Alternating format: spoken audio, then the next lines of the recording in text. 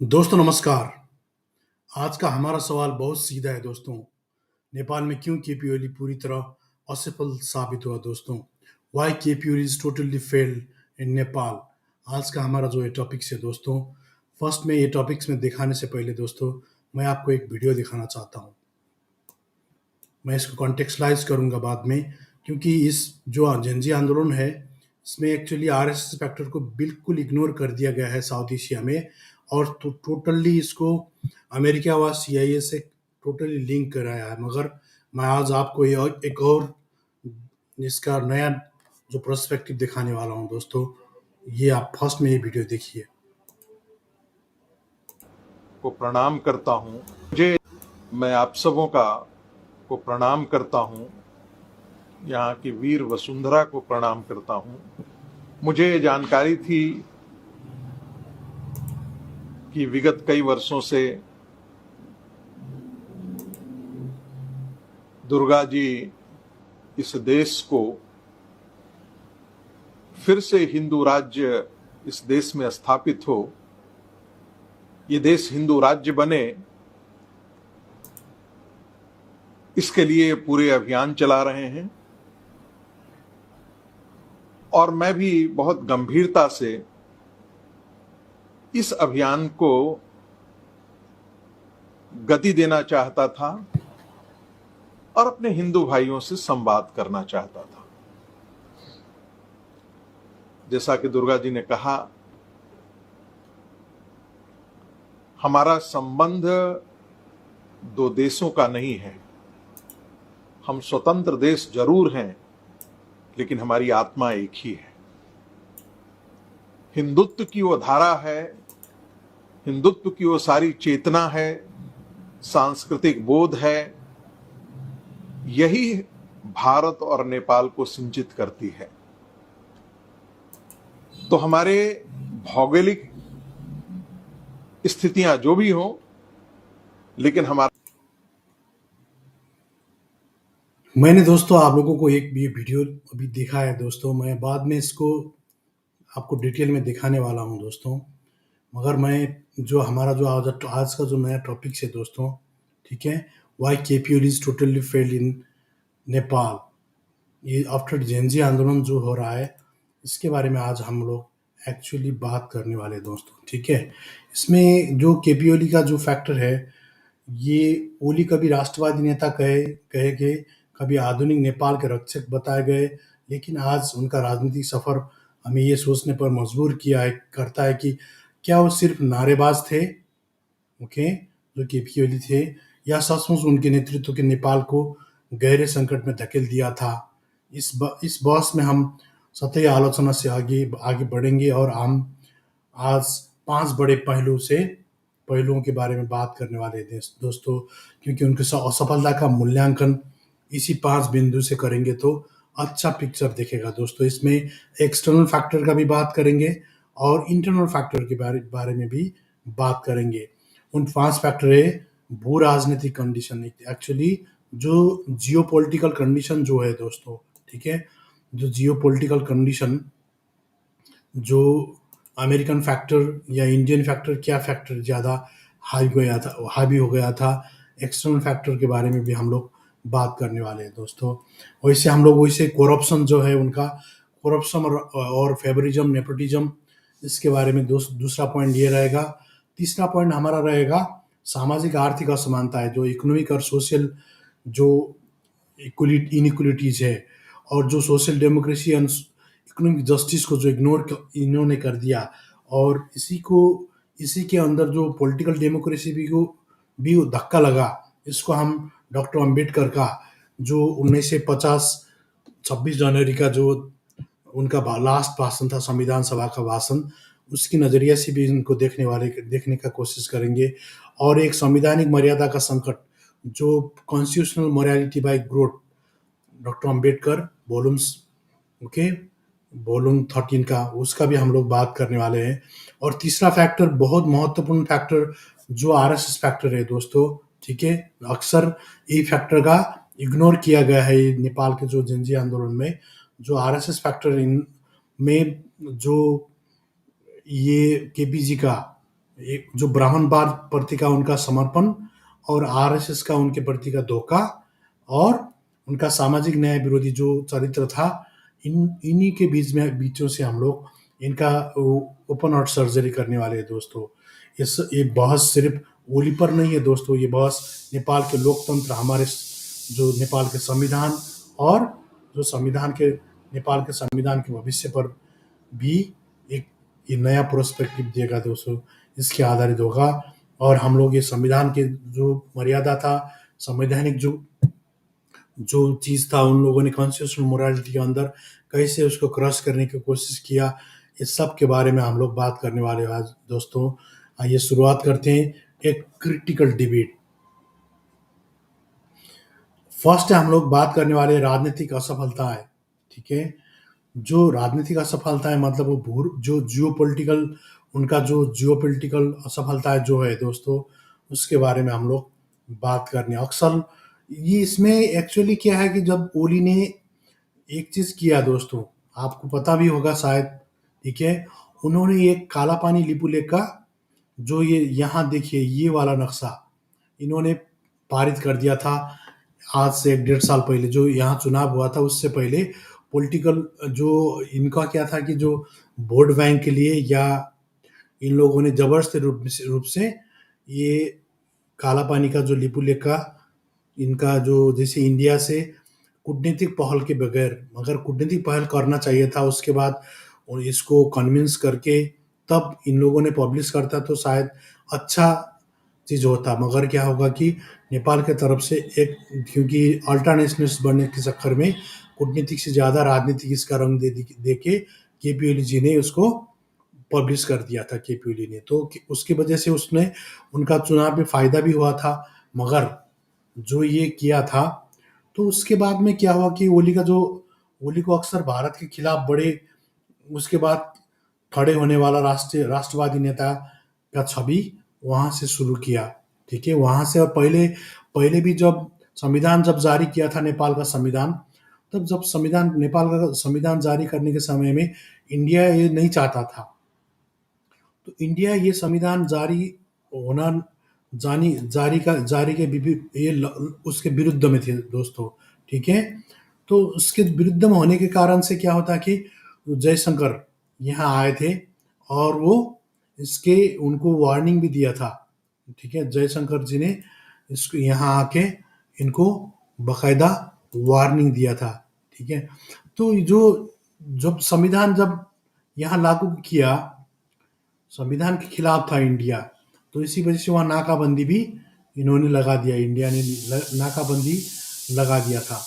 इसकी वजह से क्या हुआ कि जो ये लिपुलेख और काला पानी का अभी इंडिया और चाइना के बीच में शायद एक समझौता हुआ, वहाँ से एक रोड खोलने का प्रस्ताव इन लोगों ने पारित कर दिया।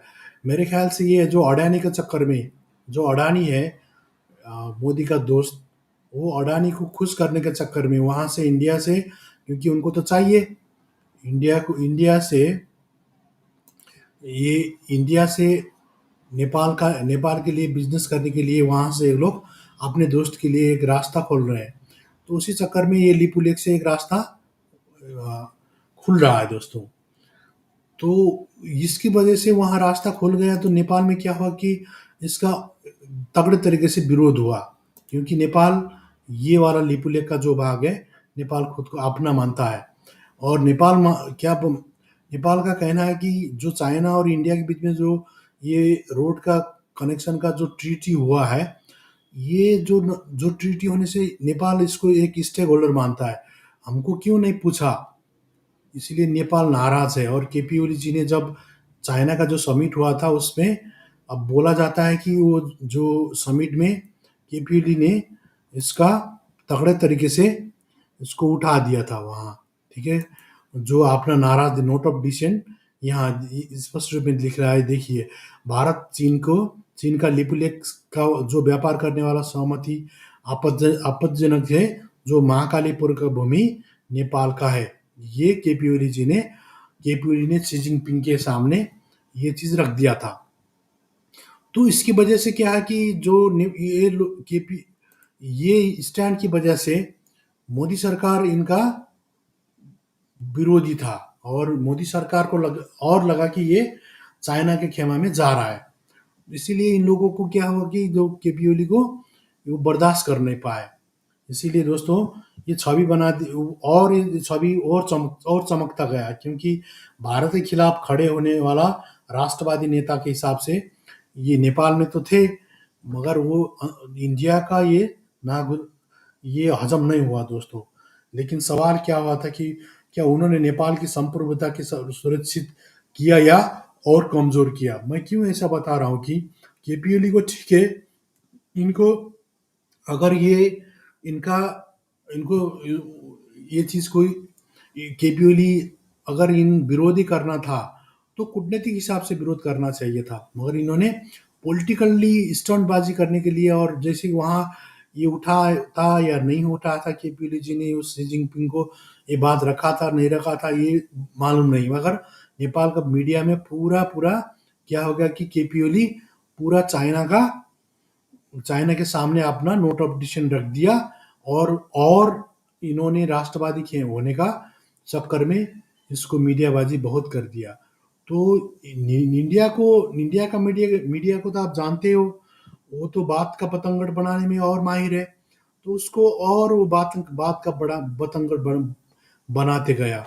तो इसीलिए क्या हुआ कि जो भारत जो था और नेपाल का कूटनीतिक पहल करने से ज़्यादा इनका राजनीतिक रूप में दुश्मनी और बढ़ने लगा। इसके साथ भारत के साथ कालापानी लिपुलेख लिम्पियाधुरा विवाद ने नेपाल को संकट में डाल दिया और चीन से बड़े सपने दिखाए।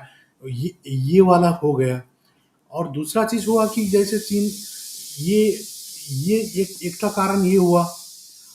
दूसरा कारण क्या हुआ कि जैसे चीन से भी ये बड़ा सपना दिखाया।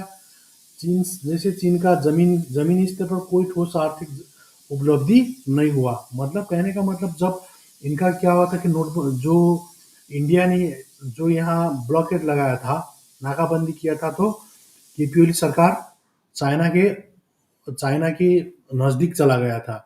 तो वहाँ ये बड़बोला केपी ओली बहुत सारा क्या किया था, बहुत सारा ट्रीटी किया था, जैसे डीजल पाइप बिछाना, रेल के बाद इधर उधर सब चीज़ ये बड़बोला एकदम ये वो करने लगा। तो वो कुछ भी अभी अभी तक ये कुछ भी ज़्यादा से ज़्यादा सफल नहीं हुआ जो लॉन्ग रन में प्लान किया था। इससे क्या हुआ, चीन से भी इनका रिश्ता उतना उतना अच्छा नहीं था। फिर भी चीन तो खिलाड़ी है, फिर भी इनको डालता रहा, इसलिए ये लोग थोड़ा नज़दीक, क्योंकि अभी ग्लोबली भी तो जियोपॉलिटिकल सिचुएशन बहुत तगड़े तरीके से चेंज हो रहा है। तो चीन को तो चाहिए ज़्यादा से ज़्यादा छिमेकी को मजबूत करना पड़ेगा, क्योंकि अमेरिका से इन लोगों का अभी बन रहा है, बन नहीं पट नहीं रहा है अमेरिका से। तो अमेरिका से इन लोगों का दूरी और बढ़ रहा है। इसलिए अब ये जो शी जिनपिंग और जो पुतिन है, ये समिट के बहाने इंडिया को और नेपाल को भी अपने खेमे में लेने का इनका ये खेल तो था। मगर केपी ओली का जो था कि जो असंलग्न नीति था उनका, ठीक है, क्योंकि इन लोगों का जैसे नेपाल का असंलग्न नीति भी माना जाता है। असंलग्न मतलब क्या है कि किसी से न बैर न किसी से दुश्मनी। जो बुद्ध का पंचशील है वही माना जाता है कि उसके नज़दीक नज़दीक हिसाब से ये लोग ट्रीटी करेंगे अपने छिमेकी से, और विदेश नीति वही हिसाब से पंचशील के हिसाब से बनाने वाला बात करते थे। मगर बात करते करते क्या हो गया, जैसे अमेरिका और जैसे चाइना से और मोदी से भी इनका छत्तीसा आंकड़ा बनने लगा। पहले तो यूक्रेन वार की वजह से पुतिन से इन लोगों का और दूरी बढ़ता गया अमेरिका, और इसका तो अब पता ही है सब लोगों को ग्लोबली क्या क्या है। तो उसी चक्कर में फिर दूसरा एंगल भी भिड़ गया, जब गौतम अडानी का अमेरिका में छिछलदार हुआ। इनका भी मुद्दा चल रहा है, अभी वहाँ मुद्दा चल रहा है, शायद अगर जेल जाने का नौबत भी आ सकता है। तो मोदी जी का तो क्या होगा कि अमेरिका के चक्कर में और अडानी के चक्कर में इनका अंबानी अडानी के चक्कर में अमेरिका से भी दोस्ती खत्म, बहुत टूटने के कगार में है। दूसरा कारण क्या है कि जैसे रस्सा से ये अडानी लोग, अंबानी लोग बहुत कम पैसे में तेल लाते हैं, और वो तेल लाके फिर, क्योंकि वो तेल लाके फिर दूसरे देशों में बेचते हैं, तो उसी वजह से क्या है कि डोनाल्ड ट्रंप बहुत गुस्से में है। डोनाल्ड ट्रंप मानते हैं कि ये रस्सा को सहयोग कर रहा है, मतलब उनके हिसाब से टेररिज्म को और इंटेंसिफाई कर रहा है। इसीलिए वो मोदी से भी, वो थोड़ा 36 के आंकड़े में चल रहा है। तो और मोदी को थोड़ा वो डोमिनेटिंग नेचर का है ट्रम्प जी। तो ट्रम्प ने क्या है कि जैसे पाकिस्तान, इंडिया पाकिस्तान का जो वार है वो भी हमने रुका दिया है, बहुत बात कर दिया है, मोदी को छिछलदार कर दिया। उसके बाद मोदी को जैसे अडानी का अडानी का भी मुद्दा चल रहा है, तो वो, और अडानी वहां से क्रूड तेल ला के यहाँ बहुत जनता को फायदा वो नहीं मिल रहा है। वो 100 रुपये लीटर ही चल रहा है, मगर वो दूसरे देशों में वो तेल बेच रहा है। तो बहुत से वजह से वो है कि अगर जनता को भी तुम फायदा नहीं देते हो और रस्सा को भी सपोर्ट कर रहे हो, इसलिए तुमको 25% टैक्स ठोक देते हैं। वो हिसाब से उन लोगों ने टैक्स भी ठोक दिया। दूसरी बात, टैक्स ठोकने के बाद फिर और गुस्सा इनका हुआ, तो फिर 50%, 25% करके अभी 50% का टैक्स और बढ़ा दिया। तो मोदी का क्या होगा कि मोदी का और अडानी का, ये इन लोगों के लिए जो ट्रम्प है, ट्रम्प बहुत गुस्सा हो गया। तो इसकी वजह से क्या हुआ, जो मोदी जो है, इनके इनके प्लान में जाने का मजबूर हो गए। क्योंकि अभी मोदी क्या है कि ये जो शी जिनपिंग और ये वाला भाई पुतिन के कैंप में चला गया है। तो इस कारण से क्या है कि अमेरिका, एक एक कारण ये जो कैंप है, ये 3 कैंप हो गया।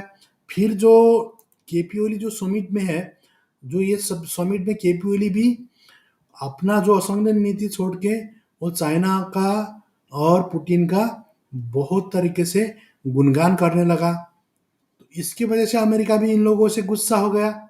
ठीक है, तो अमेरिका से इन लोगों को और पुतिन से नज़दीकी, शी जिनपिंग से नज़दीकी, और इंडिया से भी थोड़ा, अमेरिका की नज़र में इंडिया से भी नज़दीकी, ये देखते देखते पुतिन भी बहुत गुस्सा, कि ट्रम्प भी बहुत गुस्सा हो गया। इसीलिए वो इंडिया के भी, ये इनके दोस्ती के कारण चक्कर में वो ट्रम्प का भी दुश्मन हो गया, और इंडिया का जो जो लिपुले काला पानी का चक्कर में इंडिया का भी, मोदी से भी इनका और 36 का आंकड़ा इनका भी बढ़ने लगा दोस्तों। इसीलिए अमेरिका और अन्य वैश्विक शक्तियों का साथ साथ, जैसे ट्रम्प और यूरोप, अब ट्रम्प का मतलब जो यूरोप का, इन लोगों से भी थोड़ा थोड़ा रिश्ता बिगड़ने लगा है। अमेरिका और अन्य वैश्विक शक्ति से साथ रिश्ता उनका ठंडा पड़ गया, केपी ओली का। और इस कारण से इनका ये जो इंडिया से भी दुश्मनी हुआ, और इनका वो ट्रम्प से भी दुश्मनी बढ़ गया। इस कारण से उनका विदेश नीति पूरा तरीके से और जोखिम भरा हो गया। तो केपी ओली क्या हो गया, वो ट्रैप में पड़ गया।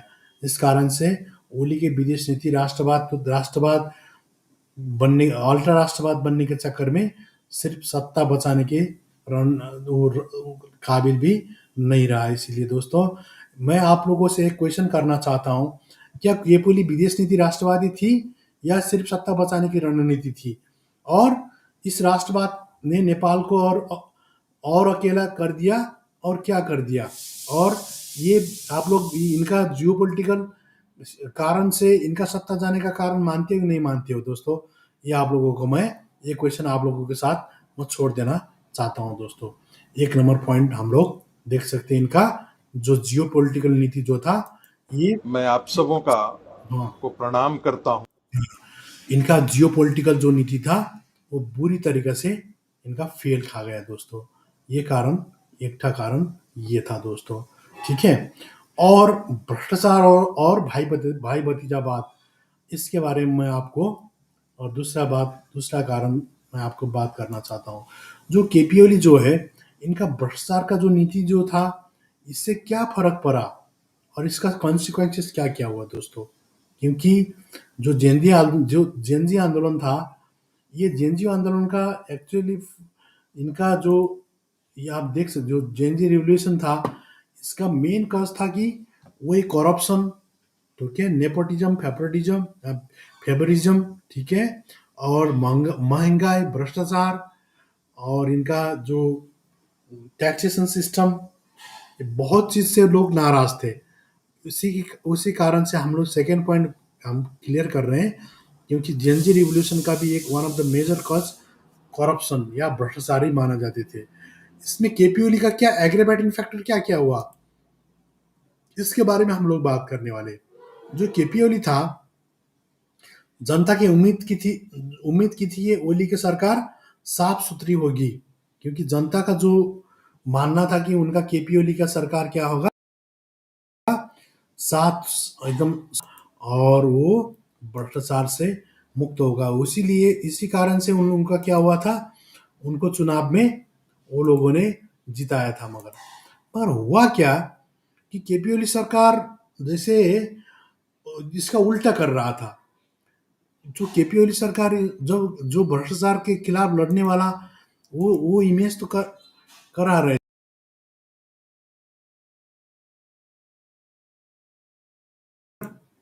हम्म, ठीक है, वो इमेज तो था, मगर केपी ओली क्या हुआ कि उसमें पूर्ण तरीके से सफल नहीं हुआ। क्यों नहीं सफल हुआ? क्योंकि केपी ओली सरकार ने बहुत सारे उसका उनका जो ऋषि जो उनका था, ठीक है, पॉलिसी, जैसे उनका ललित निवास आप देख सकते हो, ये जो घोटाला कांड था, ठीक है, ललित निवास का वो घोटाला कांड हुआ। उसके बाद आप देख सकते हो ये भूटानी शरणार्थी कांड हुआ। ये लोग तो अभी भी जेल में था, फिर इन लोगों को इनको निकाला, इनको अंदर भेजा, ये बहुत इनको भी निकाला, ये भूटान का भी, वो टेकनाथ रिजाल, ये बहुत मानवाधिकारवादी नेता माना जाता था। ये भूटानी शरणार्थी कांड हुआ, इनके भी इनका जिससे ये गड़बड़ियाँ निकली। और उसके बाद इनका और एक वाइट बॉडी कांड हुआ, इसमें 4.5 बिलियन वाइट बॉडी स्कैंडल हुआ दोस्तों। इनका जो मंत्री था, ओके, वो मंत्री अभी तो इस दुनिया में नहीं रहे, मगर और उसमें शेरबहादुर भी उनका भी इन्वॉल्व माना जाता था। और वाइट बॉडी कांड में शेरबहादुर की श्रीमती का उनका इन्वॉल्व माना जाता था। और ये ललिता निवास में पूर्व प्रधानमंत्री, ये जैसे ये आप देख सकते हो बाबूराम भट्टराय, उसकी वजह से ये माधव नेपाल, और ये अभी अभी का जो केपी कैबिनेट में विष्णु, ये ये विष्णु विष्णु जी है, ये भी अभी का अर्थ मंत्री था। ये लोग भी यहाँ इन्वॉल्व हो गए दोस्तों। तो ये इन लोगों का जो गड़बड़ी था, ये हिसाब से लोगों में एक और बहुत बड़ा गुस्सा था दोस्तों। जैसे वो ठेके में गड़बड़ियाँ करते थे, क्योंकि यहाँ जैसे अभी केपी ओली सरकार का 43.2% वैदेशिक जो रोजगार, जैसे जैसे 43.2% जो टोटल जीडीपी का उतना वैदेशिक ऋण है दोस्तों। एक आदमी के सर पे 86,000 पर हेड नेपाली रुपया, ठीक है, उतना पैसा एक जो जन्म कोई नेपाली बेबी जन्मेगा तो उसके जन्मने से पहले ही 86,000 के सर पर उसका ऋण होगा दोस्तों। इतना तरीके से उन लोगों का वहां से क्या हो गया, क्योंकि वैदेशिक ऋण भी बहुत तगड़े तरीके से इन लोगों ने लाया है। तो और इन लोगों को वैदेशिक ऋण तो लाया है, मगर उसको इन लोगों ने अब जैसे आप देख सकते जापान का पैटर्न, नेपाल का पैटर्न, ये श्रीलंका, भूटान, ये श्रीलंका, जहाँ का भी पैटर्न किया, जहाँ से वैदेशिक ऋण आता है तो ऋण तो लाते हैं, मगर ये लोग आलतू फालतू चीज में खर्च करके भ्रष्टाचार बहुत किया। जैसे यहाँ रोड कंस्ट्रक्शन के मामले, और इन लोगों ने तो हद कर दी, हद हद से भी हद बदतर कर दी। देखो देखो दोस्तों, इन लोगों ने क्या किया, जैसे जनता के आवास, गरीबों के लिए आवास के लिए जब सिर्फ 3 करोड़, और विद्यालय के लिए 35 करोड़, मंदिर के लिए कितना, मंदिर बनाने के लिए 1 अरब 65 करोड़। ये तो 7 प्रदेश में एक प्रदेश का बजट था दोस्तों, ठीक है। ऐसे 7 प्रदेश है, सबका सब हाल यही है। ये लोग मंदिर में, व्यू टावर में बड़ा बड़ा कंस्ट्रक्शन, मतलब वो रोड वाला फालतू का रोड का कंस्ट्रक्शन, बड़ा बड़ा, ये हाईवे वो हाईवे, ये भ्रष्टाचार इन मामले में, और शिक्षा स्वास्थ्य में इन लोगों ने बिल्कुल ही लगानी नहीं किया, और शिक्षा स्वास्थ्य यहाँ का बद से बदतर बनता गया। और शिक्षा में तो क्या हुआ, शिक्षा में एक एपी ओली सरकार का अक्सर इनका पार्टी का आदमी जो है, जिनका यो जो प्राइवेटाइजेशन, स्कूल का प्राइवेटाइजेशन में अक्सर कॉलेज यूनिवर्सिटीज इन लोगों, इनका जो इनका पार्टी का आदमी का बहुत ज्यादा है, और कांग्रेस का जो ये माओवादी का जो नेता लोग हैं, इन लोगों का ज्यादा से ज्यादा अस्पताल और स्कूल कैंपस, इन लोगों का प्राइवेटाइज कॉलेज, प्राइवेटाइज स्कूल, इन लोगों के प्राइवेटाइज हॉस्पिटल, इन लोगों का खुद का है दोस्तों। तो गरीब लोग क्या है कि सिटामोर के लिए तरस रहे हैं, और इन लोगों को कुछ बिरामी हुआ, खांसी आ गया, तो विदेश जाओ, इंडिया जाओ, सिंगापुर जाओ, थाईलैंड जाओ, ये हिसाब इनका बिल्कुल था, इनका अकाउंटेबिलिटी बिल्कुल नहीं था। इसीलिए भी लोग बहुत गुस्सा करते थे, और इनका तो एक, अब पता नहीं अकाउंट क्या है कि नहीं, मगर ये र्यूमर अब ये चल गया कि कंबोडिया में इनका टेलीकॉम का बहुत बड़ा लगानी चल रहा था। ये शायद अब ये आरएसएस का आदमी था, वो आदमी इनका वो बाहर लाया था। तो पता नहीं ये अन्ना हजारे स्टाइल का वो ब्लेम था या क्या था, मगर वो पब्लिक का क्रॉस चेक तो नहीं करता था। रामदेव ने वही स्विस बैंक में, और वो स्विस बैंक में इतना करोड़, इतना अरब का ये पैसा है, वो पैसा है, ये वाला रिमर, और चलता गया। इसीलिए क्या हुआ कि उन लोगों का और गुस्सा बढ़ता गया। और दूसरा चीज हुआ कि ये टैक्सेशन सिस्टम में भी बहुत जो ऑस्टेरिटी कहते हैं, क्योंकि ये ये जो टैक्स सिस्टम जो है वो भी बहुत बढ़ाने लगा, टैक्स सिस्टम बढ़ने लगा, तो इसके हिसाब से भी लोग बहुत गुस्से में थे। इस कारण से बड़ा बड़ा प्रोजेक्ट भी जो कागज में बड़ा दिखता था, मगर काम में उतना सेटिस्फाइड लोग नहीं थे, जो बनते थे उसमें भी भ्रष्टाचार होते थे, वो माल मटेरियल कच्चा पदार्थ ज्यादा यूज करते थे दोस्तों। इसी वजह से क्या हुआ, वो लोग बहुत ज्यादा गुस्से में थे दोस्तों। तो इन लोगों को और पायलअप होता गया, और जो नेपो किड है, इन लोगों के बड़े बड़े भ्रष्टाचारी का जो बेबी है, वो लोग विदेश में पढ़ते थे, और विदेश में शेयर करने वाला, जैसे कभी कि जैसे अब ये इंस्टाग्राम और टिकटॉक इधर उधर में ये लोग वो शेयर करते थे, तो लोगों में और गुस्सा बढ़ता जा रहा था। तो इसकी वजह से क्या हुआ, जनता ने पूछा आखिर फायदा क्या है इनको रखने से। तो साधारण नेपाली नागरिक को या कुछ सुनो क्या मिला, या कुछ चुनिंदा ठेकेदार और प्रसत्ता के जुड़े लोगों को तो फायदा मिल रहा है, और उनको नेपाली को क्या मिल रहा है। ये हिसाब से उन लोगों में और गुस्सा बढ़ता गया दोस्तों। इसकी वजह से क्या हुआ, ये इनके ऊपर में जब उसके बाद बीच में लास्ट में जब ये इनके बारे में र्यूमर ज्यादा बढ़ने लगा, तो ये लोग क्या हो गए, जैसे और एक फैक्टर मैं आपको बता देता हूँ, अमेरिका क्यों गुस्सा हुआ। जैसे अमेरिका क्यों गुस्सा हुआ, क्योंकि अमेरिका का जैसे फेसबुक, टिकटॉक, फेसबुक, यूट्यूब, ये तो क्या था, ये अमेरिकन था, मगर केपी ओली ने क्या किया कि जैसे वो वहां से आया, ठीक है, जब वो चाइना से आया, तो चाइना से आने के बाद में वो क्या हुआ कि उन्होंने चाइना का टिकटॉक का बंद नहीं किया। फिर अमेरिका का क्या हुआ, ये यूट्यूब यूट्यूब इन लोगों ने जैसे जो जो अमेरिका का यूट्यूब यूट्यूब फेसबुक था, ये 26 चैनल और बंद कर दिया, सब इन लोगों को बंद कर दिया। तो अमेरिका को और लगने लगा कि ये आदमी तो यार चाइना का बंद नहीं कर रहा है, हम लोगों का कर रहा है, क्यों भाई, ये चाइना के इशारे में ये चीज हो रहा है। तो और उसमें आग में घी डालने का काम केपी ओली ने खुद को ये किया। इससे भी अमेरिका और गुस्सा हो गया, और ये क्यों सोच रहा है कि अमेरिका और इंडिया दोनों सोचने लगे कि ये चाइना की ओर जा रहा है, और हम लोगों को ये और बाल दे रहा है, मतलब वास्ता नहीं कर रहा है। तो इससे भी वो लोग अमेरिका और चाइना और गुस्सा होने लगा। तो दोस्तों इसकी वजह से क्या हुआ, इसी चक्कर में इन लोगों ने जब बंद किया, तो बंद करने के बाद में उसके बाद क्या हुआ, उसके बाद जैसे यंग ब्लड जो था, जो जेनजी था, इन लोगों को एक झटके में, जब जैसे आप जानते हो इम्पल्सिव है, बहुत ज़्यादा इम्पल्सिव है, तो क्योंकि अब लोगों के पास थ्रेशोल्ड नहीं है, एक एक झटके में जब बंद कर दिया तो जो पाइपलाइन बंद हो गया तो वहां तो फटेगा ही ना। तो उन लोगों को क्या कि जो जो सोशल मीडिया बंद हुआ, ये एक्चुअली ट्रिगरिंग फैक्टर का काम किया। जिसे ट्रिगरिंग फैक्टर होता है, उसका काम कर किया इसने, ट्रिगर किया। तो उसके बाद वो लोग शांतिपूर्ण, जेनजी लोग क्या था कि शांतिपूर्ण प्रोटेस्ट इन लोगों ने आह्वान किया था।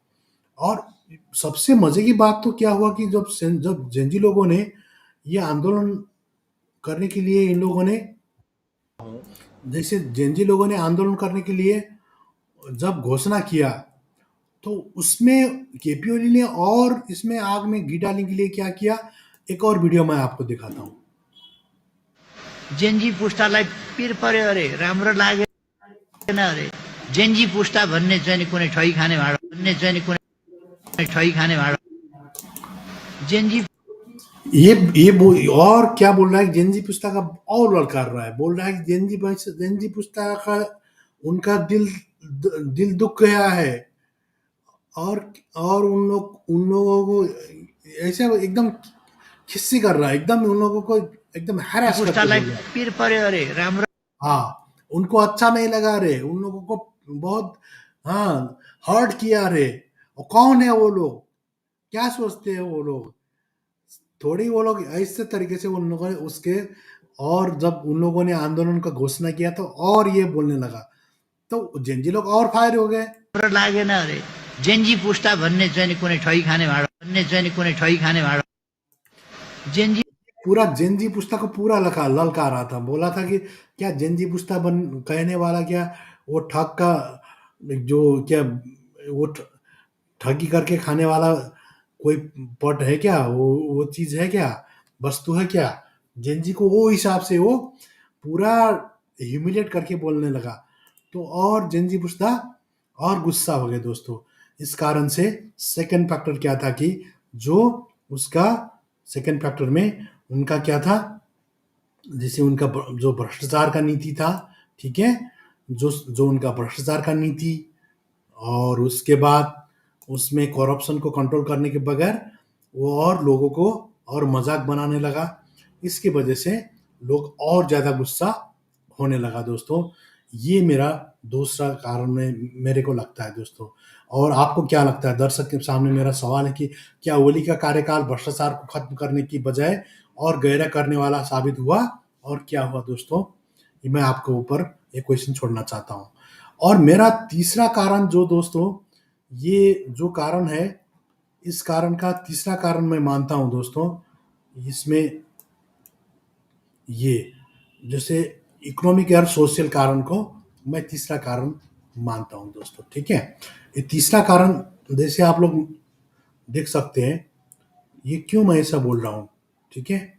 मैं इसके लिए मैं आपको तीसरा कारण दिखाने से पहले मैं अम्बेडकर का जो लास्ट भाषण था उसको भी मैं दिखाना चाहता हूँ दोस्तों, ठीक है। जो अम्बेडकर का लास्ट भाषण था, ये तीसरा कारण कैसे ये एग्रावेटिंग फैक्टर के रूप में काम करता है। देखिए 26 जनवरी 1950 में डॉक्टर अम्बेडकर ने जो संविधान सभा का लास्ट भाषण दिया था, वो कैसे इसको एग्रावेटिंग फैक्टर के रूप में काम करता है दोस्तों, मैं आपको यहाँ से आप लोग को दिखाने वाला हूँ, ठीक है। जो सोशल एंड इकोनॉमिक उसका क्यों ये उसके लिए खतरनाक होता है, ये मैं बताने वाला हूँ। तो इसके लिए दोस्तों, जैसे 26 जनवरी 1950 को डॉक्टर अम्बेडकर बोलते हैं कि जो ये सिर्फ केपी ओली सरकार की बात नहीं कर रहा हूँ, संसार का हर एक सरकार, ठीक है, चाहे डेमोक्रेटिक हो, चाहे ऑटोक्रेटिक हो, चाहे फासिस्ट हो, चाहे मोनार्क हो, कुछ भी देश हो, डॉक्टर अम्बेडकर का ये यूनिवर्सल भाषण मानता हूं मैं दोस्तों। क्योंकि डॉक्टर अम्बेडकर क्या बोलते हैं कि, ठीक है, जो डॉक्टर अम्बेडकर का स्पष्ट कहना है, ये पॉलिटिकल डेमोक्रेसी सिर्फ पॉलिटिकल डेमोक्रेसी रहने से ये बचेगा नहीं, इसको क्या करना होगा, सोशल डेमोक्रेसी भी बनाना होगा। We must make our political democracy और social democracy as well, doctor Ambedkar का एक क्लियर कट मानना था दोस्तों। इसीलिए वो डॉक्टर अम्बेडकर बोल रहे थे कि जो 26 जनवरी 1950 में 50 में जो इंडिया है लाइफ ऑफ कॉन्ट्राडिक्शन में जा रहा है। क्यों जा रहा है? क्योंकि इंडिया की सोसाइटी में 2 चीज़ मिसिंग है दोस्तों, ठीक है? इसमें इक्वालिटी भी नहीं है, ठीक है? इक्वालिटी भी नहीं है, फ्रेटर्निटी भी नहीं है। ये सेकंड थिंग फ्रेटर्निटी नहीं है, और फर्स्ट थिंग इक्वालिटी, 2 चीज़ का एब्सेंस है। इक्वलिटी में भी क्या है? इक्वलिटी में डॉक्टर अम्बेडकर मानते हैं सोशल प्लेन और इकोनॉमिक प्लेन, दोनों में इंडियन सोसाइटी और साउथ एशियन सोसाइटी और नेपाली सोसाइटी भी, केपीओली के कॉन्टेक्स्ट में बोलेंगे तो वो नेपाल का कॉन्टेक्स्ट सोशल प्लेन में और इकोनॉमिक प्लेन में इक्वल नहीं था। वो सोशल प्लेन और इकोनॉमिक प्लेन में इक्वल नहीं था, कहने का मतलब क्या है कि पॉलिटिकल प्लेन में तो सबका वन वोट वन वैल्यू, ठीक है? और जो one man one vote one value का सिस्टम हर जगह है, नेपाल में भी है, इंडिया में भी है, सब जगह है। मगर डॉक्टर अंबेडकर के नजरिया से देखेंगे तो नेपाल में भी केपीओली सरकार में क्या था? यहाँ सोशल एंड इकोनॉमिक प्लेन में ये सिस्टम नहीं था, ठीक है? कहने का मतलब क्या था? ये we are going to be a life of contradiction. In politics we are equal, social and economic life we will not have inequality, we will have inequality. वो यहाँ भी ये सामाजिक और आर्थिक जीवन यहाँ के लोगों का क्या था? बराबरी नहीं था।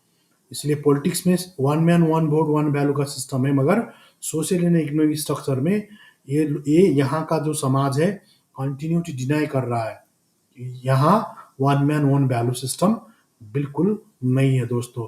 और डॉक्टर अम्बेडकर का इसका स्पष्ट प्रिस्क्रिप्शन था कि ऐसा कंट्राडिक्शन कब तक झेलेंगे और कब तक जी लोगे भाई, डिनाई करके ऐसे चीज को, ठीक है? और कितना लंबे समय तक ऐसा डिनाई कर पाओगे? और उनका कहना था अगर ये लंबा समय तक ऐसा रहा तो लोग क्या करेंगे? पॉलिटिकल डेमोक्रेसी को भी पेरिल कर देंगे, उड़ा देंगे। जो लोग इससे असंतुष्ट हैं वो लोग ये स्ट्रक्चर, जो पॉलिटिकल डेमोक्रेसी का स्ट्रक्चर हो, जो असमानता से पीड़ित लोग, जो सामाजिक आर्थिक असमानता से पीड़ित लोग, इसको उड़ा देंगे। इसीलिए इसको जल्द से जल्द क्या करना चाहिए? इसको खत्म करना चाहिए। अगर नहीं करेंगे तो बर्बाद हो जाएगा। ये वाला उनका क्लियर कट मानना था दोस्तों डॉक्टर अम्बेडकर का। यहाँ सोशल एंड इकोनॉमिक प्लेन में ये कहना था। इसीलिए डॉक्टर अम्बेडकर ने चेतावनी दी थी कि अगर राजनीति, लोकतंत्र, सामाजिक और आर्थिक न्याय में तब्दील नहीं होगा तो लोकतंत्र खोखला हो जाएगा। और ओली का शासन क्या था? ओली का शासन में क्या उसने असमानता को खत्म किया, इनइक्वलिटी को किया? या ये सेकंड थिंग जो फैटर्निटी है, नेपाली समाज में फैटर्निटी, जो सामाजिक विभेद खत्म किया? फैटर्निटी मतलब क्यों महत्वपूर्ण है? डॉक्टर अम्बेडकर यहाँ क्लियरली बोलते हैं जो political democracy cannot be last unless there lies at the base of social democracy, and so we must do it not to contend with mere political democracy. इसीलिए जो हम लोगों को खाली पॉलिटिकल डेमोक्रेसी में इसी में लगाव नहीं करना है, उस पॉलिटिकल डेमोक्रेसी को सोशल डेमोक्रेसी तक उसको एक्सटेंड करना पड़ेगा। क्योंकि सोशल डेमोक्रेसी क्या होता है? वो इक्विटी, लिबर्टी, फ्रेटर्निटी, तीनों चीज में वो विश्वास करता है। वही उसका जीवन पद्धति है और उसका प्रिंसिपल ऑफ लाइफ है। और वही क्या है? डेमोक्रेसी है। वो क्यों बोलते हैं ये? उनका आइडियल सोसाइटी क्या है? उनका आइडियल सोसाइटी जानने से पहले उनका सोशल फिलोसफी वही था, वो इक्विटी, लिबर्टी, फ्रेटर्निटी वाला सोशल फिलोसफी होना चाहिए दोस्तों। लेट नो वन हाउएवर, ये वाला फिलोसफी उनने रिलीजन से बुद्धास प्रिंसिपल नहीं लिया था। वो सोशल कॉज था, पॉलिटिकल कॉज नहीं था। और वो बोलते हैं कि उसमें भी वो फ्रेटर्निटी को बहुत ज़्यादा तवज्जो देते हैं, क्योंकि और एक चीज़ और क्लियर करते हैं कि ये तीनों चीज़ साथ साथ होना चाहिए, एक से और दूसरा का अलग नहीं होना चाहिए। क्योंकि जहाँ स्वतंत्र, जो लिबर्टी है, इक्वलिटी नहीं है उसका भी काम नहीं है, इक्वलिटी है, लिबर्टी नहीं है उसका भी काम नहीं है। और उसका जैसे उनका और एक कहना था, यहाँ देखिए, विदाउट इक्विटी, लिबर्टी, ये वाला जैसे nor liberty and equality Divers from fraternity. जो फ्रेटर्निटी है वहां से उनसे लिबर्टी और इक्वलिटी भी आप लोग डिवोर्स नहीं कर सकते हो। क्यों नहीं कर सकते हो? क्योंकि जैसे नेपाल और इंडिया में क्या है, लिबर्टी तो है मगर इक्वलिटी नहीं है। इसीलिए क्या करता है, supremacy of the few over the many. उसका मतलब इससे इसकी वजह से क्या होता है, ये इंडिया नेपाल में क्या हो रहा है, supremacy of the few over the many हो रहा है। उस ये क्योंकि यहाँ सामाजिक और सांस्कृतिक रूप में इक्वल ये बिल्कुल नहीं है दोस्तों। इसके कारण से क्या हुआ, इसमें इक्वलिटी और लिबर्टी दोनों चीज नहीं है। और नहीं, इक्वलिटी नहीं है और लिबर्टी बोलने के लिए तो वो जो डोमिनेंट क्लास और कास्ट है उन लोगों के लिए है, मगर यहाँ सोशल इक्वलिटी और इकोनॉमिक इक्वलिटी बिल्कुल नहीं है दोस्तों। इस कारण से क्या हुआ, इससे ये भी काम नहीं करेगा। और दूसरा चीज, जैसे आप देख सकते हो, जो कम्युनिस्ट कंट्री होता है, ठीक है, जो जो कम्युनिस्ट कंट्री जो आप देख सकते हो, जैसे जब कम्युनिस्ट कंट्री में क्या होता है, इक्वलिटी तो होता है मगर लिबर्टी नहीं होता है। उससे भी क्या होता है, इक्वलिटी है फिर लिबर्टी नहीं है, तो उससे भी वो इस उससे यहाँ देखिए उससे क्या होगा, उससे उससे भी फिर समस्या प्रॉब्लम आ जाएगा। प्रॉब्लम क्या आएगा, और नेचुरल कोर्स ऑफ थिंग्स, कुछ लोगों का यो कि इंडिविजुअल इनिशिएटिव उसको खत्म करेगा, मतलब व्यक्तिगत रूप में उसका व्यक्तिगत स्वतंत्रता को खत्म कर देगा। इस कारण से विदाउट फ्रेटर्निटी का बगैर लिबर्टी और इक्वलिटी तो नेचुरल कोर्स ऑफ थिंग नहीं होगा, मतलब वो सस्टेन नहीं होगा। और नहीं होने से उसको कांस्टेबल का जरूरत होगा, और कांस्टेबल का जरूरत मतलब वो उसको फिर पुलिस और आर्मी लगा कर पेलना पड़ेगा, तब जाके उसको लॉ एंड ऑर्डर मेंटेन कर पाओगे, मगर वो लीगल प्रो होगा, मोरल नहीं हो पाएगा। ये इसीलिए वो फ्रेटर्निटी को भी बहुत तवज्जो देते हैं। और what does fraternity mean, fraternity का मतलब है कॉमन ब्रदरहुडनेस ऑफ ऑल, मतलब सोसाइटी के बीच में कॉमन ब्रदरहुडनेस होना चाहिए। और अगर ये होगा तभी जाके समाज में एक अच्छा तरीका से समाज बनेगा। डॉक्टर अम्बेडकर का ये मानना था, इसलिए वो आइडियल सोसाइटी में फ्रेटर्निटी को डेमोक्रेसी मानते हैं। और डेमोक्रेसी, ये fraternity which is one other name for democracy. और डेमोक्रेसी सिर्फ गवर्नमेंट चलाने का बात नहीं है, वो लॉ एंड ऑर्डर से ही सब चीज़ नहीं होगा। इसके लिए वो फ्रेटर्निटी, उनका मोरल चेंज भी होना चाहिए। और primarily mode of associated living of conjoint communicated experience ये होना चाहिए। और essentially attitude of respect and reverence towards fellowship, मतलब वो सोशल हार्मनी, उसमें सोशल जस्टिस भी होना चाहिए, इकोनॉमिक जस्टिस भी होना चाहिए। और उसी के बेस में पॉलिटिकल डेमोक्रेसी वो पनप पाएगा, नहीं तो नहीं पनप पाएगा। डॉक्टर अम्बेडकर का इकोनॉमिक और सोशल जो प्रॉब्लम है उसमें उनका जो प्रिस्क्रिप्शन है वो एक नंबर प्रिस्क्रिप्शन ये था दोस्तों, ठीक है। और दूसरा नंबर का जो उनका, जैसे दूसरा नंबर का क्या था, जैसे ये देखिए, टू मेंटेन द डेमोक्रेसी, ठीक है, ये वाला डेंजर ऑफ डेमोक्रेसी ये होगा, what must we do to maintain democracy. Democracy maintain करने के लिए 3 नंबर पॉइंट में क्या हुआ, डॉक्टर अम्बेडकर का कहना था राजनीतिक लोकतंत्र को सामाजिक और आर्थिक न्याय में तब्दील करना पड़ेगा। 3 नंबर वो था। 2 नंबर में डॉक्टर अम्बेडकर बोलते हैं उसमें हीरो वर्शिपिंग नहीं होना चाहिए, क्योंकि जैसे नेपाल में जो केपी ओली जो था, उन्होंने 3 नंबर का पॉइंट तो नहीं किया। 3 नंबर का पॉइंट मतलब जैसे क्यों नहीं किया, मैं आपको एक चीज और दिखाने वाला हूँ, ठीक है। उनका उनका कितना उनका जैसा रवैया, क्यों इतना सोशल और इकोनॉमिक प्लेन में उनका इतना खराब रवैया क्यों था, मैं आपको एक और चीज दिखाने वाला हूँ, ठीक है। उनका जैसे एक और यहाँ, जैसे नेपाल के संविधान के विरुद्ध इनका जो जी पुस्तालाई पिर पर्यो अरे। नेपाल का संविधान जो था, उनके संविधान के अगेंस्ट में उनका ये क्यों था, मैं आपको ये वाला दिखाने वाला हूँ, ठीक है। शासन व्यवस्था जातका आधारमा ये चीज दिखाने से पहले मैं आपको, ठीक है, ये चीज दिखाने वाला हूँ। इसमें क्या है कि ये नेपाल का संविधान जो है केपी ओली, अब जैसे मैंने डॉक्टर अम्बेडकर का थ्योरेटिकल पार्ट तो दिखा दिया, अब केपी ओली क्यों ये तीसरा नंबर पॉइंट में इकोनॉमिक और सोशल प्लेन में क्यों वो एगेंस्ट था, मैं ये चीज़ आपको दिखाने वाला हूँ। ठीक है, वो नेपाल का जो संविधान था, वो संविधान क्या है कि आप देख सकते हैं, ये जो राइट टू इक्वलिटी, यहाँ मैं फर्स्ट में आप लोगों को ये fundamental rights and duties part 3 जो हमें यहाँ देख सकते हैं, ministry of law justice parliamentary affair, ये नेपाल का संविधान का बहुत ऑथेंटिक, मैं संविधान का कॉपी दिखा रहा हूँ।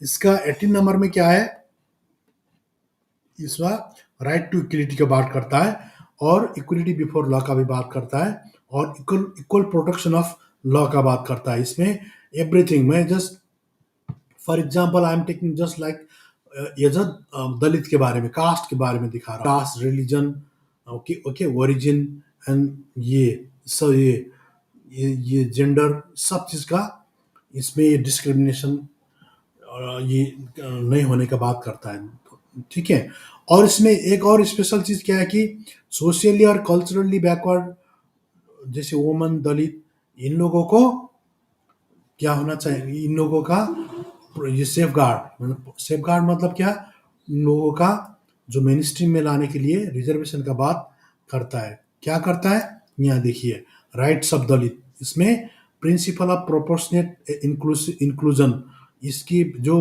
प्रोपोर्शनेट इंक्लूजन का प्रिंसिपल के मुताबिक स्पेशल प्रोविजन, देखिए special provision shall be made by law for the empowerment, okay, empowerment, representation and participation. ठीक है, आप क्लियर देख सकते हो, for the empowerment, okay, representation and participation of the Dalit community in public service as well as other sector of employment.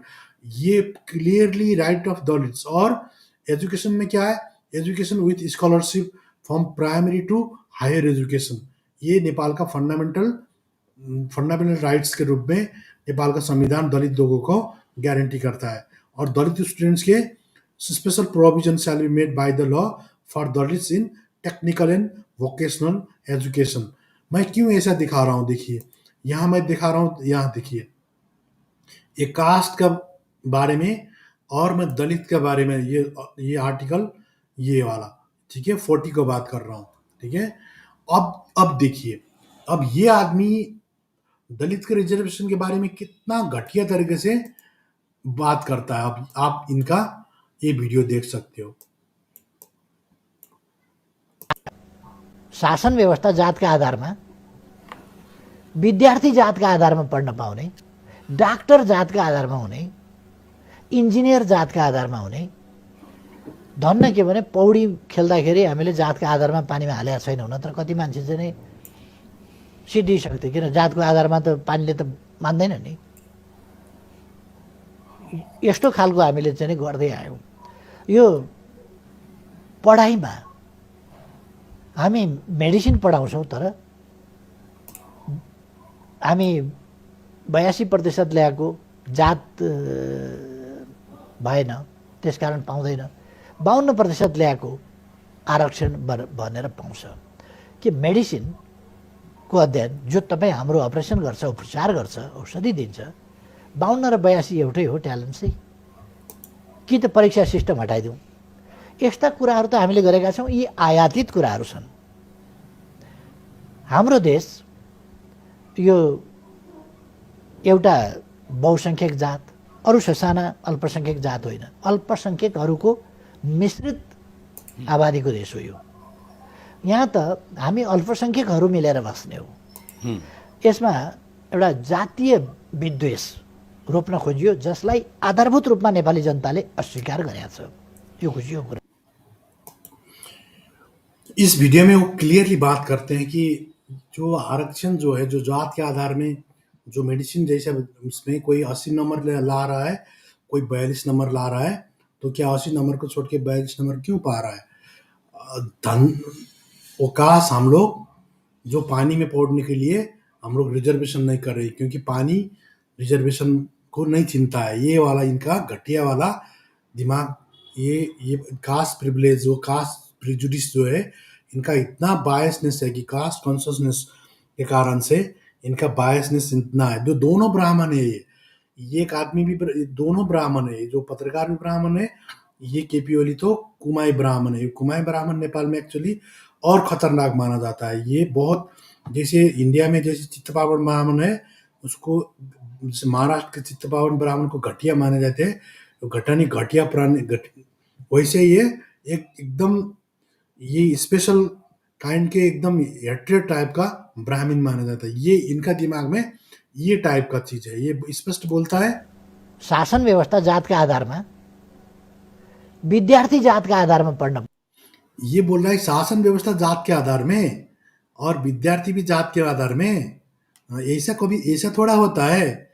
जबकि यहाँ संविधान क्या बोल रहा है, देखिए आप संविधान को देख सकते हैं। संविधान बोल रहा है, ठीक है, राइट्स, ये प्रिंसिपल ऑफ प्रोपोर्शनल इंक्लूजन, ठीक है, Dalit shall be the right to participate in all the bodies of the state. यहाँ देखिए शासन स्टेट, ठीक है, on the basis of principle of proportional inclusion, special provision, ये देखिए स्पेशल, ये ठीक है, ये special provision, theory of special provision, okay, special opportunity का बात कर रहा है। Shall be made by the law for the empowerment, employment, representation, participation of the Dalit community in public service as well as other sector of the employment, okay। देखिए ये चीज वो clearly बोल रहा है। एजुकेशन में भी यही, पॉलिटिक्स में भी यही। यहाँ देखिए टेक्निकल वोकेशनल एजुकेशन में भी Dalit should special provision shall be made for the law for the Dalit in technical and vocational education. ये संविधान का खिलाफ, ये इतना घटिया आदमी को कौन सपोर्ट करता है?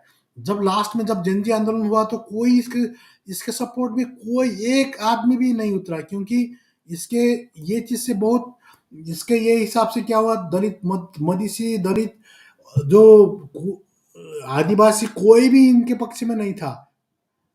बहुसंख्यक आदमी इन लोगों के पक्ष में नहीं था, क्योंकि सबको पता चल गया था कि ये लोग ब्राह्मण शाही के लिए ये चीटिंग कर रहे हैं, लोकतंत्र के नाम में ब्राह्मण शाही लाद रहे, चीटिंग कर रहे हैं। ये हिसाब से लोग अंदर खापे गुस्सा थे, सब देखते थे, सब रमिता देखते रहे, कोई भी नहीं। अगर ये सबको इंक्लूसिव तरीके से इंक्लूड करता तो काश उस होता तो आदमी लोग जो बहुसंख्यक लोग, आदिवासी, दलित, मधेसी, ठीक है, और अप्रकाश महिला के लिए व्यवस्था किया है इसने, इन लोगों ने। महिला रिजर्वेशन के नाम में सब ब्राह्मण महिलाएं अक्सर वहां जाती है, उनके लिए वो होता है। यहाँ जैसे रिजर्वेशन नहीं है, यहाँ क्या होता है, जो महिला रिजर्वेशन है, महिला रिजर्वेशन में क्या हो रहा है, जिसके पास सोशल कैपिटल है, कल्चरल कैपिटल है, वही ब्राह्मण महिला लोग ये अक्सर जो पावर में जा रहे हैं, सुशीला कार्की, ये सब ये इनके चट्टे पट्टे, इनके वही रिजर्वेशन सिस्टम से यहाँ आया है। तो इसके लिए क्या हुआ, तो ये इतना इनके अंदर जहर था, तो बोलता है कि जैसे और इसने निचता का भी पार कर देता है। बोलता है कि पानी में स्विमिंग करने के लिए हम लोग रिजर्वेशन नहीं कर रहे, काश, क्योंकि पानी कोई आदमी को रिजर्व है कि नहीं वो जानता नहीं है, ये हिसाब से बात करता है। देखिए सुनिए। हुने, डाक्टर जातका आधारमा हुने, इन्जिनियर जातका आधारमा हुने, धन्न के भने पौडी खेल्दाखेरि हामीले जातका आधारमा पानीमा हालेका छैनौँ, नत्र कति मान्छे चाहिँ नै सिद्धिसक्थ्यो, किन जातको आधारमा त पानीले त मान्दैन नि। यस्तो खालको हामीले चाहिँ नि गर्दै आयौँ। यो पढाइमा हामी मेडिसिन पढाउँछौँ, तर हामी 82% ल्याएको जात भएन, त्यसकारण पाउँदैन। 52% ल्याएको आरक्षण भनेर पाउँछ। कि मेडिसिनको अध्ययन जो तपाईँ हाम्रो अपरेसन गर्छ, उपचार गर्छ, औषधि दिन्छ, 52 र 82 एउटै हो ट्यालेन्ट चाहिँ। कि त परीक्षा सिस्टम हटाइदिउँ। यस्ता कुराहरू त हामीले गरेका छौँ, यी आयातित कुराहरू छन्। हाम्रो देश यो एउटा बहुसंख्यक जात, अरू ससाना अल्पसंख्यक जात होइन, अल्पसंख्यकहरूको मिश्रित आबादीको देश हो यो। यहाँ त हामी अल्पसंख्यकहरू मिलेर बस्ने हो। यसमा एउटा जातीय विद्वेष रोप्न खोजियो जसलाई आधारभूत रूपमा नेपाली जनताले अस्वीकार गरेको छ। यो खुसी हो कुरा। ये हिसाब से ये बोल रहे हैं, आप सुन सकते हो कि इनके अंदर इतना खुन्नस था सामाजिक न्याय के विरुद्ध में, तो इसीलिए क्या हुआ कि लोग जो जब जनता आंदोलन शुरू हुआ तो सब लोग देखते रह गए, कोई भी इनके पक्ष में लड़ने के लिए खड़े नहीं हुए, क्योंकि रात भर वेंडलाइज हुआ, आगजनी हुआ, ध्वस्त हुआ, जो सरकारी संपत्ति का ध्वस्त हुआ, फिर भी लोगों के ऊपर जैसे अगर ये समानुपाती हिसाब से सबको इन्वॉल्व करते और ओनरशिप सबको ओनरशिप फील कराते तो शायद लोग इनके पक्ष में लड़ते, क्योंकि इनसे पर्सनली खुन्नस तो किसी का नहीं था।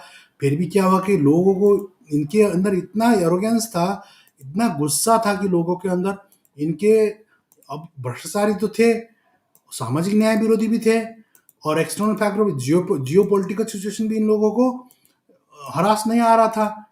इसकी वजह से क्या हुआ, लोगों में जबरदस्त इनके अंदर लोगों के अंदर कूट कूट के गुस्सा भरा हुआ था।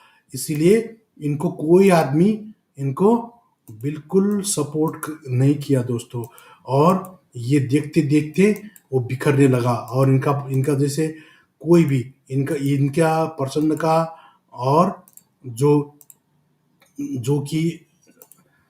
वाले आप देख सकते हो, ये इनका कोई चीज इनका बिल्कुल ही सपोर्ट नहीं किया, वो वाला सिस्टम यहाँ हुआ।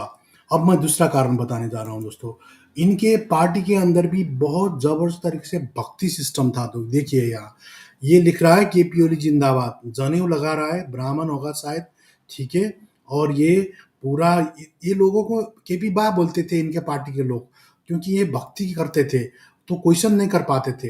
इसीलिए डॉक्टर अंबेडकर का दूसरा चीज भी इन लोगों को देखने को इनके हिसाब से देखना बिल्कुल जरूरी है।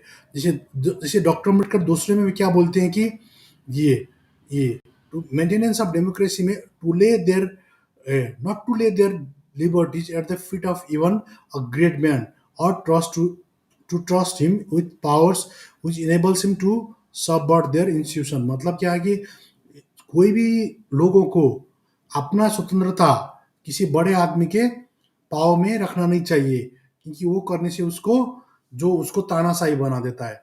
वो डॉक्टर अंबेडकर बोलते। देखिए जो इंडिया में सिस्टम में भी क्या है, भक्ति धर्म में भक्ति होगा, तो जैसे इंडिया में भक्ति पाथ ऑफ डिवोशन और हीरो वर्शिपिंग जो सिस्टम है, जो लोग कैरिज्मेटिक लीडरशिप में विश्वास करते हैं, उससे क्या होता है, भक्ति और हीरोइज्म, ठीक है, ये इन रिलीजन में be a road to the salvation of the soul. मतलब जो रिलीजन में अगर भक्ति करोगे तो आपका मुक्ति मिल सकता है, मगर पॉलिटिक्स में भक्ति करोगे तो उसका क्षति होना ही होना होगा, और वो आदमी को डिक्टेटरशिप बना देता है। जैसे चाहे हिटलर हो, चाहे मोदी हो, चाहे केपी ओली हो, चाहे ट्रम्प हो, चाहे पुतिन हो, चाहे शी जिनपिंग हो, कोई भी हो, वो भक्ति से क्या होगा, वही सिस्टम होगा।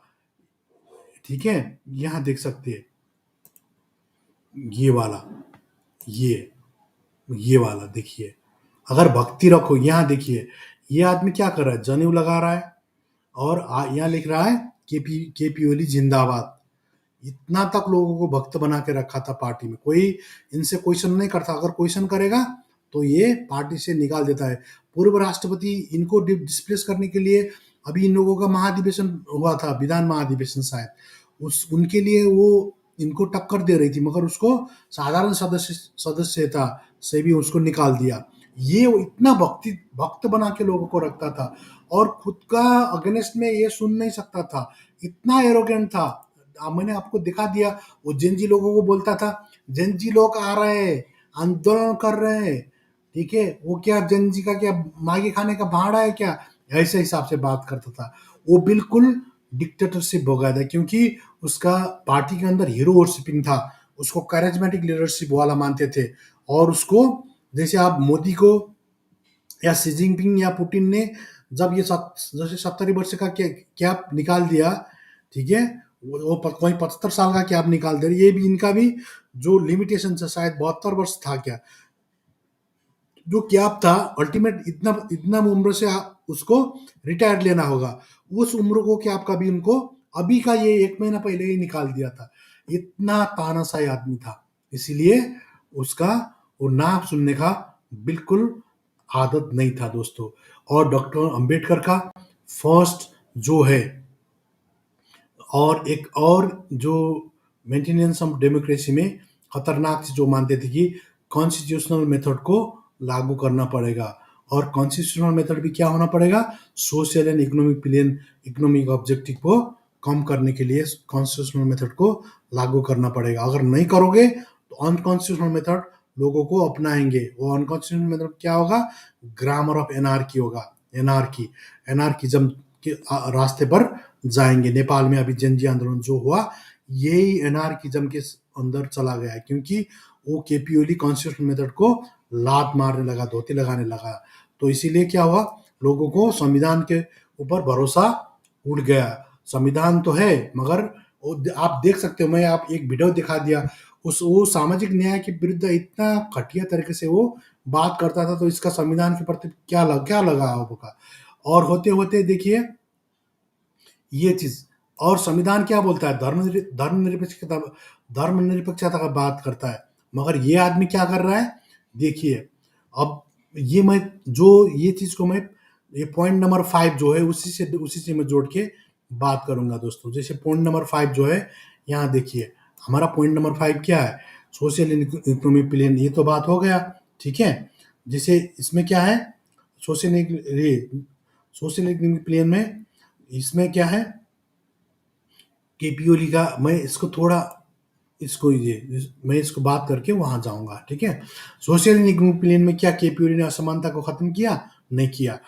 क्या उसने वंचित वर्ग, जनजाति, दलित, महिला, इनकी महिला लिख रहा हूं मैं, क्योंकि अपनी महिला के लिए तो वो कर रहा है, क्योंकि महिला का 33% है।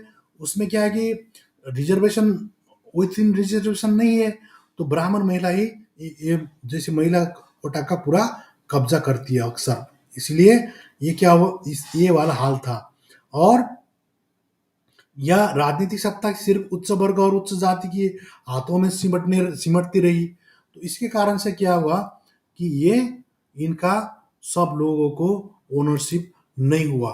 और इसके कारण से भी इंटरनल कारण क्या है कि लोगों को जब जब सत्ता का ये उखड़ने वाला है, तो उखड़ने का टाइम आ गया, तो कोई भी आदमी जेनजी के खिलाफ लड़ने के लिए तैयार नहीं थे दोस्तों। इसीलिए भी ये भ्रष्टाचारी तो था, सामाजिक न्याय विरोधी भी था, और जियो पोलिटिकली भी इसका भाड़ा फूट गया था। इस कारण से इसका और नागुजार गुजरा दोस्तों। और मैं लास्ट में ब्राह्मणिज्म का बात करने वाला हूँ, क्योंकि इसमें ब्राह्मणिज्म में क्या है, ब्राह्मणिज्म वर्सेस सोशल जस्टिस का लड़ाई जो है, इसमें इनका रुतबा क्या था दोस्तों, मैं इसके बारे में लास्ट बट नॉट लीस्ट ये बात करने वाला हूँ।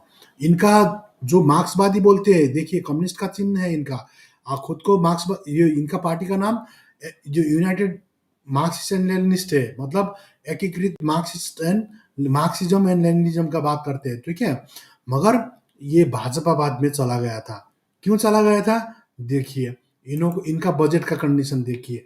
ये बजट क्या है, मंदिर के लिए क्या कर रहे थे, 1 अरब 65 करोड़ छुट्टा ये बजट विनियोजन कर रहे थे, मगर विद्यालय के लिए सिर्फ 35 करोड़, जनता आवास मतलब जो गरीबों को झुपड़ी बनाने के लिए तो सिर्फ 3 करोड़। भाई ये जरूरतमंद लोगों के लिए आवास बनाने के लिए 3 करोड़, और मंदिर बनाने के लिए 1 अरब 35 करोड़, ये हाल था ये कम्युनिस्ट आदमी का। देखो तो ये ब्राह्मण, इसीलिए डॉक्टर अंबेडकर साउथ बोरो कमिटी में बोलते हैं ना, ब्राह्मण कभी भी क्या हो, ब्राह्मण कभी भी क्या है, वो सबका नेता नहीं बन सकता है। ये मार्क्सवादी लेनिनवादी होने के वजह से भी ये लोग क्या हो नहीं पाए, ये लोग ये जनता के लिए जनवादी क्रांति की बात करते हैं, साम्यवाद समाजवाद की बात करते हैं। देखिए तो इनका हाल ये टाइप का था। देखिए दोस्तों, क्योंकि ये लोग दिल से मार्क्सवादी हो ही नहीं सकते, क्योंकि मार्क्सवादी होने के लिए क्या चाहिए, ठीक है। जो मार्क्सवादी होने के लिए इन लोगों का वो उतना वाला जो त्याग तपस्या करने पड़ता है, वो चीज बिल्कुल इनके पास नहीं थे दोस्तों। देखिए डॉक्टर अंबेडकर बोलते हैं, देखिए ब्राह्मण नेता यहाँ क्लियरली ये बोल रहे हैं, देखिए डॉक्टर अंबेडकर इनके लिए बोल रहे हैं। इन जैसे आदमी के लिए बोल रहे हैं। देखिए, ये लोग खुद को तो बोलते हैं कि मार्क्सिस्ट लेनिन्स, मगर ये खुद को डिकास्ट एंड डिक्लास बिल्कुल कर ही नहीं पाते दोस्तों। इसीलिए ये क्या होते हैं, यहाँ देखिए, डॉक्टर अम्बेडकर बोलते हैं ब्राह्मण नेता किसी प्रकार जननेता नहीं हो सकता है, क्योंकि अपनी जाति का नेता ही बनने का इसका इन लोगों का सवार होता है। ये क्यों होता है? क्योंकि ये इन लोगों का जाति का चेतना होता है, ठीक है। ये इन लोगों का कॉन्शसनेस ऑफ कास्ट होता है। तो इसी कारण से सामाजिक तथा राजनीतिक मनोवृत्ति इन लोगों का वो हिसाब से नहीं ढल पाता है, क्योंकि प्राइमरी सोशलाइजेशन का ये हिसाब से होने लगता है। इसी कारण से वो लोग संपूर्ण रूप से मार्क्सवादी कहते कहते भी ये मनुवादी ब्राह्मण का जो खोल उठते हैं वो छोड़ नहीं पाते। क्यों बोल रहा हूँ मैं? देखिए, इन लोगों ने मोदी जी से और एक टक्कर ले लिया था, क्योंकि मोदी जी से टक्कर क्या लिया था, ये बोलने, जैसे जब राम मंदिर मोदी ने बनाया तो इनने फिर और एक बखेड़ा जिका कि राम जो है ये अयोध्या में नहीं, ये नेपाल के ठोरी, ठीक है, बिरगंज साइड ठोरी में जन्मा हुआ है ये राम। ये वाला और दूसरा बखेड़ा इन लोगों ने झिक लिया था। तो इससे क्या हुआ कि ये जैसे जो ब्राह्मणिज्म का खेल है, अब आते हैं कि सबसे कठिन यो और कहे अनकहा सवाल, क्योंकि ये कठिन और अनकहा सवाल क्यों है?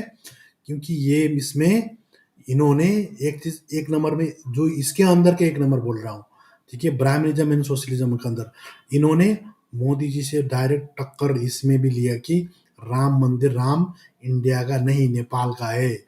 ये अनावश्यक कम्युनिस्ट आदमी, मार्क्सवादी आदमी ये दूसरे रेल के डिब्बे में चढ़ गया। और ये बोलने को तो ये प्योरली ये लोगों संविधान तो धर्मनिरपेक्ष है, फिर भी सब हरकतें क्या है, ब्राह्मणवादी है। तो इसकी वजह से क्या हो गया, लोगों में इनके ऊपर और गुस्सा फूटने लगा दोस्तों, ठीक है। इसकी वजह से लोगों में और गुस्सा बढ़ने लगा। और दूसरा चीज क्या हुआ, अब एक और मैं आपको दिखाऊंगा जो लोग नहीं बताते। एक और खेल क्या हुआ नेपाल में, इसमें और एक खेल हुआ, ये देखिए, ठीक है। शासन व्यवस्था, इसमें और खतरनाक खेल एक क्या हुआ, मैं आपको दिखाऊंगा दोस्तों। एक और खतरनाक खेल, ये अंदर खाने को, जैसे नेपाल, जैसे इंडिया के क्या करते हैं कि इंडियन लोग, मैं आप सबों का इंडियन लोग क्या कर रहे हैं अभी की, जैसे आरएसएस का जो फैक्टर टोटली रॉ और आरएसएस का फैक्टर के बारे में बात नहीं करते, अमेरिका के मूड उनके ऊपर पूरा डाइवर्ट करके इसको गुमराह करने में लगे हैं दोस्तों। मगर एक्चुअली वो चीज़ नहीं था, ये चीज़ प्योरली आरएसएस का भी रोल है। मैं क्यों है ये मैं बताने जा रहा हूँ दोस्तों। पहले आप ये वीडियो देखिए दोस्तों। प्रणाम करता हूं, यहाँ की वीर वसुंधरा को प्रणाम करता हूं। मुझे जानकारी थी कि विगत कई वर्षों से दुर्गा जी इस देश को फिर से हिंदू राज्य इस देश में स्थापित हो, ये देश हिंदू राज्य बने, इसके लिए पूरे अभियान चला रहे हैं। और मैं भी बहुत गंभीरता से इस अभियान को गति देना चाहता था और अपने हिंदू भाइयों से संवाद करना चाहता था। जैसा कि दुर्गा जी ने कहा, हमारा संबंध दो देशों का नहीं है, हम स्वतंत्र देश जरूर हैं, लेकिन हमारी आत्मा एक ही है। हिंदुत्व की वो धारा है, हिंदुत्व की वो सारी चेतना है, सांस्कृतिक बोध है, यही भारत और नेपाल को सिंचित करती है। तो हमारे भौगोलिक स्थितियां जो भी हो, लेकिन हमारा, आप देख सकते हो इन लोगों का जो ये संजीव रागी है, ठीक है? ये आदमी आरएसएस का प्रवक्ता के रूप में आप लोगों ने इंडियन टीवी चैनल में अक्सर देखा करते हो। इसमें एक पात्र का नाम लेते हैं दुर्गा परसाई, ठीक है? मैं आप आप देख सबों का हाँ, को प्रणाम करता हूं, यहाँ की वीर वसुंधरा को इस देश में स्थापित हो, ये देश हिंदू राज्य बने, इसके लिए पूरे अभियान चला रहे हैं। दुर्गा जी इस देश को, यहाँ की वीर वसुंधरा को प्रणाम करता हूं। मुझे जानकारी थी कि विगत कई वर्षों से दुर्गा जी हाँ, ये जो दुर्गा जी बोल रहा है, अब आपको इसको देखना होगा, ठीक है? ये आदमी आप लोग याद करिएगा दिमाग में, अब इसका कच्चा चिट्ठा खोलने वाला हूँ दोस्तों, ठीक है? ये जो हिंदू राष्ट्र की बात करते हैं, ये हिंदू राष्ट्र क्या है? ये मोदी जी भी हिंदू राष्ट्र की बात करते हैं, ठीक है? अब एक ही लक्ष्य हिंदू राष्ट्र का है। तो इसमें क्या हो कि जो केपी ओली जो ये लोग है, ये लोग और आदमी यहाँ रोल करता है। जो ये आदमी है, ये दुर्गा परसाई, ठीक है? ये आदमी हार्ड हिंदुत्व का बात करता है। वो प्योरली योगी आदित्यनाथ को ये खुद का रोल मॉडल मानता है। मोदी और योगी आदित्यनाथ का ये बहुत बड़ा फैन है दोस्तों, ठीक है? अब ये आदमी जो दुर्गा परसाई है, ये आदमी यहाँ जैसे इसका क्या हो कि पहले चैत 15 गते इसने एक नाकाम प्रयास किया था। जैसे यहाँ इंडिया में आप जानते हो कि अन्ना हजारे का जो मूवमेंट हुआ था, वही स्टाइल का मूवमेंट क्रिएट करने का कोशिश किया था। ये बहुत बड़बोला आदमी है, ठीक है? ये उतना लोगों के अंदर इसका ट्रस्ट नहीं है। ये बहुत बड़ा कैपिटलिस्ट है। इसका 700 करोड़ का तो इसका ऋण है। वहाँ इसका क्या है कि ऋण लिया है इसने, ठीक है? तो 700 करोड़ का इसका ये बैंकिंग ऋण है, लोन नहीं, लोन है इसका। तो इसका फिर ये आप खुद को इसने रामदेव जैसा ही वो एक चोला पहन लिया कि गरीबों का मसीहा मुक्तिदाता, ये हिसाब से। तो उसे बनते बनते फिर उतना हाइप तो नहीं हुआ, मगर इन लोगों ने प्रयास किया कि अन्ना हजारे स्टाइल का एक हवा क्रिएट करे। तो इसी हिसाब से इन लोगों ने चैत 15 में एक हिसाब से चैत 15 में इन लोगों ने नाकाम प्रयास किया और वहाँ आदमी मरा और इसको कमांडर इन चीफ बना दिया था आरएसएस ने। वही वही जो संजीव रागी जो बोल रहा है, ठीक है? जो संजीव रागी जी बोल रहे हैं कि ये आदमी वो क्या है कि जैसे आप लोग संजीव रागी जी बोल रहे हैं कि इसको क्या होना चाहिए, ठीक है? उसको एक दुर्गा परसाई जी हम ने इन लोग को, संजीव रागी को माहौल बनाने के लिए ये जस्ट ये जब वहाँ मणिपुर जल रहा था उस टाइम में यहाँ नेपाल में भी बुलाया था, इनके घर में बुलाया था और यहाँ नेपाल सरकार का पुलिस ने संजीव रागी को बोलने के लिए बंद कर दिया था। तो ये फर्स्ट हो के फिर रूम में संबोधित किया वो भाषण है, ठीक है? और ये बड़बोला आदमी इसी ने उसको पब्लिश भी किया था। तो क्या हुआ कि जब ये आदमी 1915 में, शायद 15 में जब इन्होंने आंदोलन घोषणा किया, आंदोलन किया, तो आदमी मरा तो इसको पकड़ लिया और इसको राजद्रोह का मुद्दा लगाया। फिर आरएसएस का तो आप जानते हो वो कितना खेल खेलता है इधर उधर करके।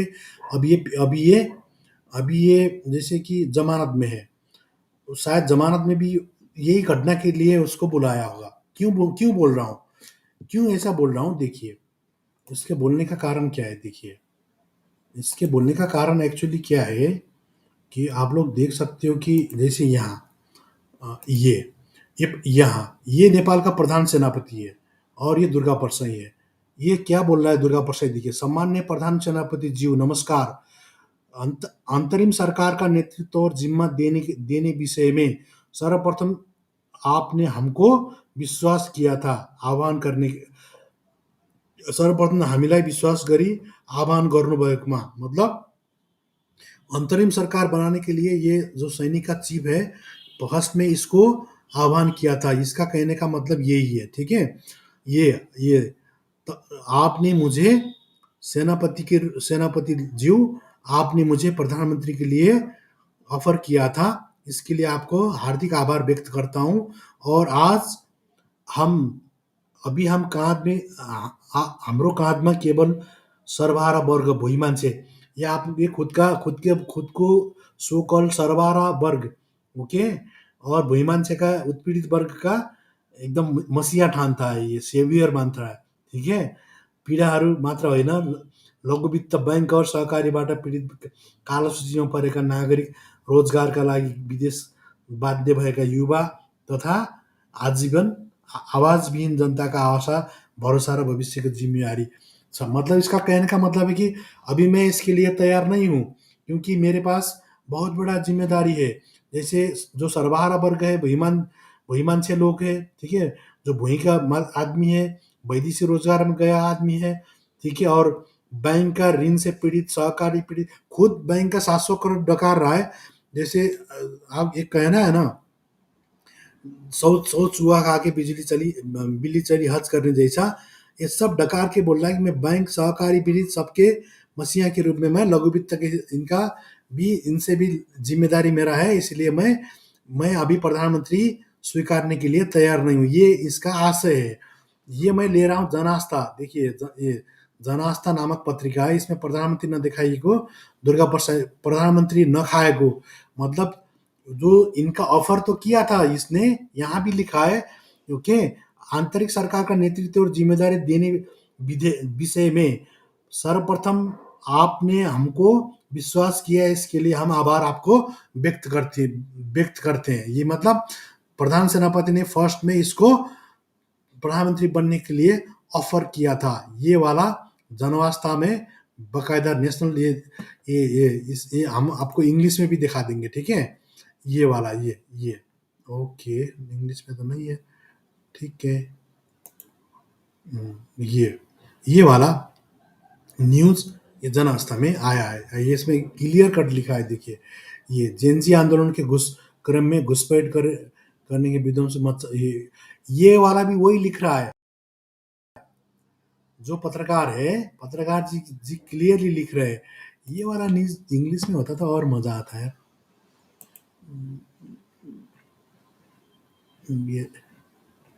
ये वाला तो और दुनिया के लिए दिखाने के लिए और मज़ा आता था, मगर इंग्लिश में ये वाला न्यूज़ नहीं। फिर भी मैं कोशिश करता हूँ आपको इसको दिखाने की, ठीक है?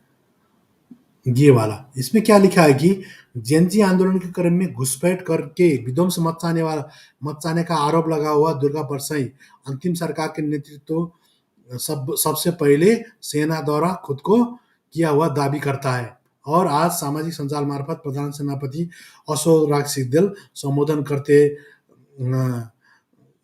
रहे हैं, और वो प्रस्ताव करने के लिए धन्यवाद।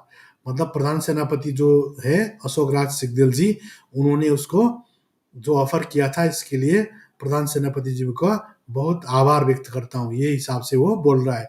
और परसाई ने तत्काल खुद के लिए अंतरिम सरकार में सहभागी न होने के ये बात कर रहा है, ये हिसाब से बोल रहे हैं। मतलब इसका मतलब क्या है कि इन लोगों का सब चीज तय था। ये हिसाब से आरएसएस का आदमी और प्रधान सेनापति, इन सब का ये घुसपैठ या मिलीभगत यहाँ दिखने को मिल रहा है दोस्तों। और ये वाला फोटो भी ये वाला सिस्टम है, देखिए। इसी वजह से क्या है कि लोगों में अभी प्रधान सेनापति, जैसे लोग बोलते हैं कि सिंह दरबार है, जो संसद भवन है, ये जो आर्मी जो हेडक्वार्टर है उससे 200 किलोमीटर से 300 किलोमीटर दूर है, ज़्यादा भी नहीं है। फिर भी आर्मी ने क्यों प्रोटेक्शन नहीं किया उतने घंटे तक, लोग ये हिसाब से भी बात करने लगते हैं। इस कारण से क्या है कि दूसरा फैक्टर क्या है कि जो केपी ओली ने आरएसएस को काउंटर करने का कभी नहीं सोचा, क्योंकि वो सोच रहा था मोदी और हिंदुत्व को बात तो हम भी कर रहे हैं, तो हमका भी जो आरएसएस से सपोर्ट हमको भी मिलेगा, क्योंकि मगर आरएसएस को ये लोग जानते नहीं है। आरएसएस तो सॉफ्ट हिंदुत्व खेलने लोगों को क्यों वो करेगा, उसके लिए तो हार्ड हिंदुत्व तैयार कर लिया था। और लोगों का तो कहने का मतलब क्या है भाई, यहाँ तो आप खुद देख सकते हो ना। मैं आपको जी इस देश इसी को आदमी का एक और वीडियो मैं दिखा दूंगा। ये बोल रहा है कि अगर लोग उस दिन आंदोलन करेंगे और वो नहीं मानेगा तो जेल तोड़ेंगे, जेल तोड़ देंगे, लोगों को छुटा देंगे, ये हिसाब से बात करे। देखिए आप। जेलका मान्छे छुटाउँछौँ र तलमाथि भएर जेलका मान्छे छुटाउनलाई पहल गरेनन् भने बाहिर हामीले आन्दोलन गरे बेलामा जेल पनि भित्रबाट भत्काउँछन् नागरिकले। हामी त्यो गर्छौँ। जेल पनि तोड्नुपर्छ यिनीहरूले। जेलका मान्छे ये आदमी क्लियरली बोल रहा है, जब आंदोलन शुरू होगा, जिनसी के आंदोलन से पहले ही ये चीज बोल रहा था। ये बड़बोला ये बोल रहा था जब आंदोलन शुरू होगा तो हम जेल भी तोड़ देंगे, अगर वो नहीं माना तो अंदर से आदमी लोग जेल भी तोड़ेंगे और बाहर से भी होगा। और ये हिसाब से, मतलब ये कितना खतरनाक चीज बोल रहा है। फिर आर्मी चीफ इसी को प्रधानमंत्री बनाने के लिए बात कर रहा है, और आरएसएस का कनेक्शन तो मैंने आपको दिखा दिया। इसी हिसाब से ये खतरनाक खेल का सबका ये चीज होने लगा है। देखिए दोस्तों, और ओली को राजनीति ने क्या ब्राह्मणवादी ढांचे को चुनौती दी? अब हम लोगों को पूछना पड़ेगा ओली को, क्योंकि ओली का जो राजनीति है, इसने क्या ब्राह्मणवादी ढांचे को चुनौती दिया? तो बिल्कुल नहीं दिया। या उसने आरएसएस को तो बिल्कुल ही संज्ञान में नहीं लिया, और उसकी और मजबूत और इसके वो करने के बदले में ब्राह्मणवाद को मजबूत करने के लिए ये नाना तरीका नौटंकी किया। और बजट में भी देखिए आप लोग, बजट में भी सरकारी बजट से, सरकारी संपत्ति से मंदिर बनाने के लिए ऐसा एक प्रदेश का है दोस्तों, 7 प्रदेश में ये हाल है, तो कितना कितना कितना करोड़ छोटा इसको आवंटन किया मंदिर बनाने के लिए, आप सोच भी नहीं सकते हो दोस्तों। ये गरीबी, देश भुखमरी में डूब रहा है, गरीबी में डूब रहा है, और ये पूर्ण रूप से क्या कर रहा है? मंदिर में आवंटन कर रहा है, और जनता के लिए नहीं, शिक्षा के लिए बिल्कुल नहीं, भ्रष्टाचार कर रहा है। तो इसको कौन बचाएगा दोस्त? बचाने का तो चांस ही नहीं है। इसी से क्या है, उसके और मजबूत किया, और नेपाल का लोकतंत्र तभी मजबूत हो। इसीलिए दोस्तों, नेपाल का लोकतंत्र तभी मजबूत होगा जब जनजाति, दलित और इनकी महिलाओं को बराबरी का अधिकार मिलेगा। मगर यहाँ तो बराबरी का अधिकार का बात ही नहीं था। संविधान के बारे में उतना धज्जियां उड़ा के बोलता है, और यहाँ ब्राह्मणिज्म को गले से लगाया हुआ है। तो लेकिन ओली का शासन, क्या उसने इस दिशा में कोई ठोस कदम किया? बिल्कुल ही नहीं किया। और फिर सत्ता में बने रहने की मजबूरी ने सबको पीछे धकेल दिया दोस्तों। ये वाला खेल इसने बिल्कुल किया दोस्तों, इसीलिए इसका खेल बिल्कुल खत्म हो गया। और मैं आप लोगों को एक चीज और दिखाना चाहता हूँ दोस्तों। वो चीज क्या है? ये लास्ट बट नॉट लीस्ट दोस्तों, ये अंतिम है मगर बहुत महत्वपूर्ण है। वो क्या चीज है? वो है कॉन्स्टिट्यूशनल मोरालिटी, संवैधानिक नैतिकता और राजनीतिक नैतिकता। ये चीज बहुत महत्वपूर्ण होता है दोस्तों, क्योंकि संविधान प्रति अगर संवैधानिक नेता, देश का प्रधान एग्जीक्यूटिव लीडर, वो प्रधानमंत्री ही संविधान के प्रति इतना गैर जिम्मेवार होता है। देखिए ना, वो समानता का हक देने वाला जो आरक्षण का सिस्टम है, ठीक है, उसको इतना तरीके से, बुरी तरीके से लताड़ रहा है, तो कैसे होगा? दलित का हक के बारे में देखियो, समानता का जो समावेशी सिद्धांत जो है, उसका सार्वजनिक सेवा, रोजगारी, ठीक है, राजनीति में जो सशक्तिकरण, प्रतिनिधित्व या सहभागिता जाना, ये सबसे, यही तो ट्रीटमेंट मोडालिटी है भाई। आरक्षण, रिजर्वेशन, अफर्मेटिव एक्शन, इसी से तो महिला, दलित, आदिवासी सबको, मधेसी, है ना, और उसके बाद युवाओं का, और यहाँ तो रिजर्वेशन का पूरा ये तो पूरा कवाड़ा बना दिया। यहाँ तो युवा के नाम पे, पूरा धर्म के नाम पे, पिछड़ा एरिया के नाम पे, अपांग पूरा, और खस आर्य को भी दे दिया है। बहुत तरीके से इन लोगों ने इसको धज्जिया उड़ा दिया है। देखिए ना, आप देख सकते हो, ठीक है। और यहाँ कितना खतरनाक चीज है, देखिए ना दोस्तों, ठीक है। ये देखिए आप लोग, अब ये हिसाब से इन लोगों को, ये संविधान का कॉन्स्टिट्यूशनल मोरालिटी को टोटली इन्होंने धोखा दे दिया दोस्तों। इसीलिए क्या हुआ, जो कॉन्स्टिट्यूशनल मोरालिटी यहाँ डॉक्टर अम्बेडकर लिखिए, the forms of administration must be appropriate to and in the same sense at the form of constitution. मतलब जो एडमिनिस्ट्रेशन है वो कॉन्स्टिट्यूशन के मुताबिक होना चाहिए, अदरवाइज ये mainly by changing the form of the administration. ये चीज नहीं हुआ तो people are saturated with constitutional morality. Opposite to the spirit of the constitution होगा तो it follows that it is only where people are saturated with constitutional morality. ये हिसाब से होगा तो ये लोगों का सेंटीमेंट के बाहर जाएगा, डेमोक्रेसी को खिलाफ जाएगा और ये उसके बाद इसेंशियली अनडेमोक्रेटिक माहौल को पैदा करेगा। दोस्तों, कहने का मतलब क्या है कि जो कॉन्स्टिट्यूशनल मोरालिटी जो है, संवैधानिक मर्यादा का संकट जो केपीओली में आया, ये शायद ओली के शासन की सबसे बड़ी विफलता थी। वो संसद का 2 बार असंवैधानिक विघटन किया था, न्यायपालिका पर हमले किया था और लोकतांत्रिक प्रक्रिया की अवमानना किया था और अख्तियार जैसा और संपत्ति शुद्धिकरण जैसा इन सब चीज प्रधानमंत्री के अंडर में रख लिया था और वहाँ पोपेट बैठे आया था। जैसे मोदी जी ने क्या किया, ईडी जैसे सीबीआई सब में जैसे अपना आदमी रख दिया है, वैसे यहाँ भी ये किया था। तो वो लोगों में और गुस्सा था क्योंकि करप्शन का उसका अच्छी तरीके से इन्वेस्टिगेशन नहीं हो पाता था। अगर हो भी गया तो न्यायालय में क्या होता था, जैसे 3 अरब उसने अगर भ्रष्टाचार किया तो 20 करोड़ तीरो और छूट जाओ। ये हिसाब से पेनाल्टी और 2-4 महीना जेल बैठो, 20-30 करोड़ पेनल्टी तीरो और आराम से 100 करोड़ रुपए घपला करो। ये हिसाब से लोगों में बहुत बड़ा तगड़ा गुस्सा था दोस्तों। इसीलिए क्या है, वो लोकतांत्रिक प्रक्रिया को अपमाना हो गया और ये सत्ता से बेदखल होने के लिए ये मजबूर हो गया। क्योंकि डॉक्टर अंबेडकर और दार्शनिक जॉर्ज ग्रोट देखिए, ये ग्रोट है, ग्रीस का आदमी है ग्रोट।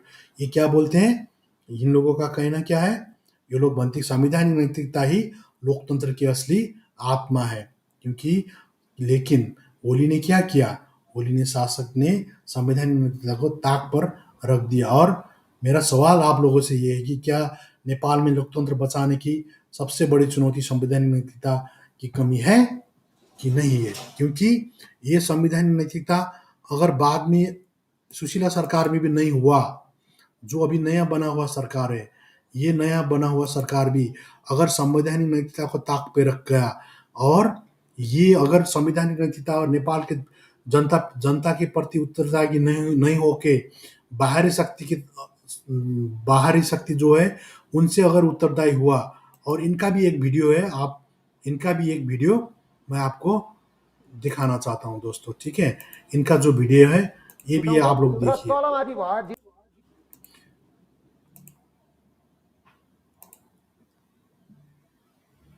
ये वीडियो आप लोग देखिए। अगर से कुछ कहना चाहेंगे आप? जी, मैं तो मोदी जी को तो अगर ये ऐसा हिसाब से बाहर का आदमी से ज्यादा नतमस्तक हो गई, संविधान को ताक पर रख गई या अपना ब्राह्मणवादी फिर जनेऊ जो है ब्राह्मणवादी जो मेंटेलिटी और उभर के आ गया और ब्राह्मण तंत्र लादने की कोशिश किया तो देश भी बाढ़ में जाएगा, व्यवस्था भी जाएगा और एक क्रांति और उसके लिए रास्ता खोलेगी। क्योंकि देखिए इनका और मोदी जी क्या बोल रहे हैं इनके प्रति। मोदी जी, प्रधानमंत्री मोदी जी से कुछ कहना चाहेंगे आप? जी, मैं तो मोदी जी को तो नमस्कार करती हूँ पहले जी। I have good impression about Modi ji ji. दूसरी बात ये है, अभी हमारा ये नाम प्रपोज किया गया है जी। अभी हमारा कोई फिक्स नहीं है, कल चेंज भी हो सकता है। हम नहीं कह सकते कि कल हमारा ही हो रहा है, ये हम नहीं बता सकते हैं।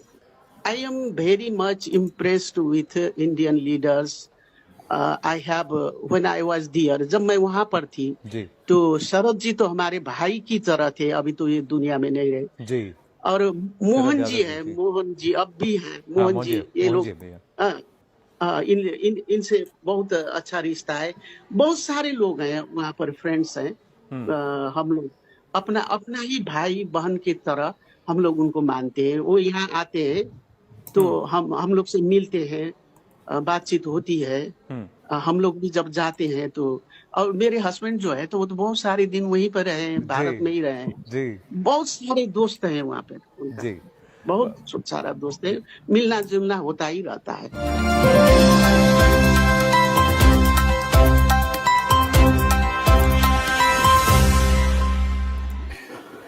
अगर ये टाइप का रिलेशन फिर अंदर खाने चल गया तो देश बर्बाद होने से कोई भी रोक नहीं पाएगा दोस्तों। ये चीज इनको भी, जो नया प्रधानमंत्री बनी है, इनका तलवार के नोक पे है दोस्तों। इनका भी जो शासन व्यवस्था है, उनको जो जेनजी का जो आंदोलन है, क्योंकि ये अभी तक 72 आदमी मर गए हैं। अब 72 peoples are killed in Gen Z up to now, okay, Gen Z revolution में।